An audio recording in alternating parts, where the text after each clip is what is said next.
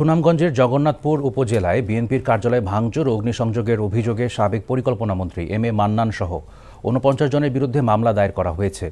জগন্নাথপুর উপজেলার Mirpur union BNP সভাপতি আব্দুন নূর বাদী হয়ে এ মামলা দায়ের করেন। মামলার এজাহারে বলা হয়, ১৭ নভেম্বর রাতে সাবেক পরিকল্পনামন্ত্রী এম এ মান্নানের প্ররোচনায় আওয়ামী লীগের নেতাকর্মীরা বিএনপির কার্যালয়ে ভাঙচুর ও পরে আগুন দেয়। ৪ আগস্ট সুনামগঞ্জে ছাত্র জনতার উপর হামলার ঘটনায় এম এ মান্নান সহ ৯৯ জনের বিরুদ্ধে মামলা হয়। এই মামলায় এম এ মান্নান বর্তমানে জামিনে আছেন। চুলতা কবেকার অন্ধকার বিদিশার দিশা, মুক্তার শ্রাবস্তির কারুকার্য। চেষ্টা করবেন রাত ৯টার মধ্যে বাসায় চলে আসার। মেইন গেটে তালা লাগিয়ে দেওয়া হয়। প্রতিদিন কি তড়ি ঘুরে করে বাড়িতে ফেরা সম্ভব?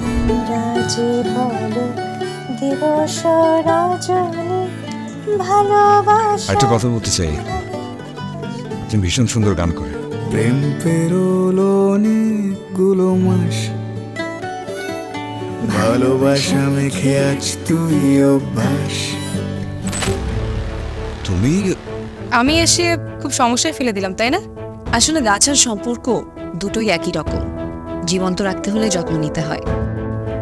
ভালোবাসার বিষয়টা আপেক্ষিক, এক একজনের কাছে এক এক রকম।